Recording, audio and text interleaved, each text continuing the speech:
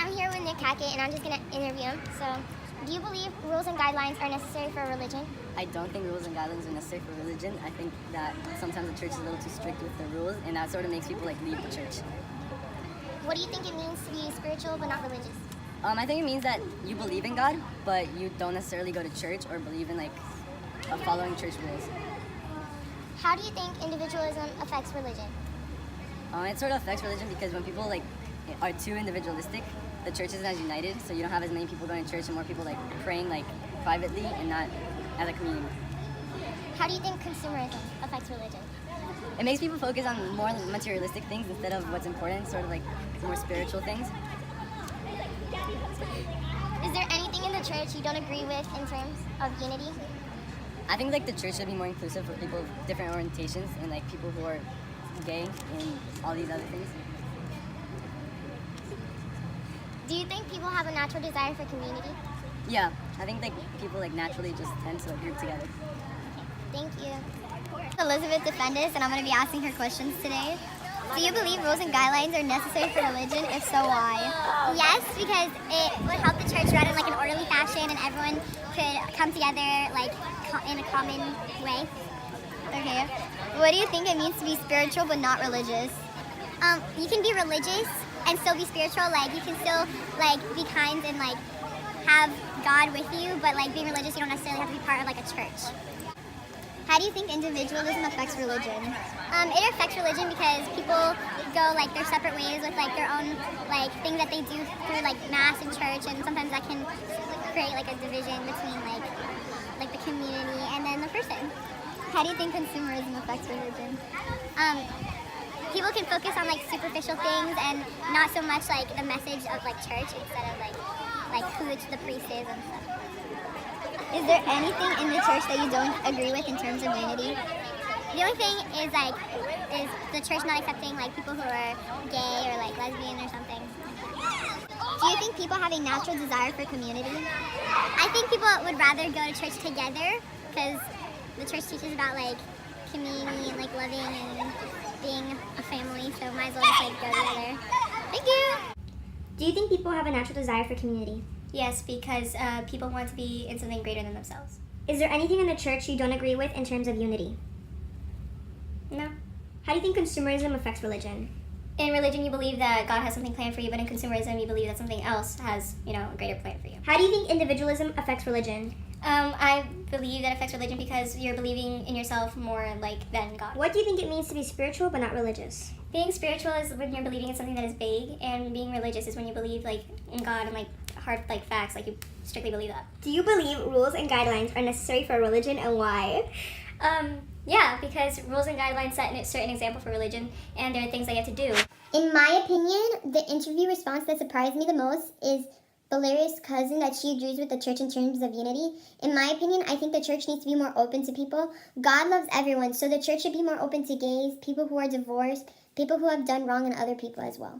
One similarity and difference that I noticed in the videos are, one, Elizabeth Defendis and Nicholas Hackett both have at least one thing they don't agree with the church in terms of unity. They both agree that it should be open to gay people. And one difference in the interviews is that Valeria's cousin and Nick Hackett both have different opinions as to whether the church should have rules and guidelines. She thinks yes because she believes they set a role for religion, and he thinks no because he believes that the church is too strict. 3 things I noticed while listening to the interviews in this project is, one, I noticed they all agreed with the desire for community. The church is a family, which makes sense with the desire for community because that has to do with everyone being together, and the church is a family, so they all agreed with that.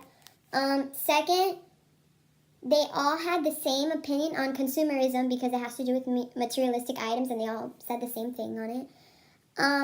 But I also noticed that after listening to everyone's interviews, not all of them had the same agreements and disagreements, and I noticed that everyone had their own opinions on the questions. The things I learned from the interviews are that their opinions is what really makes changes in the church, positive or negative, and it's all for the better.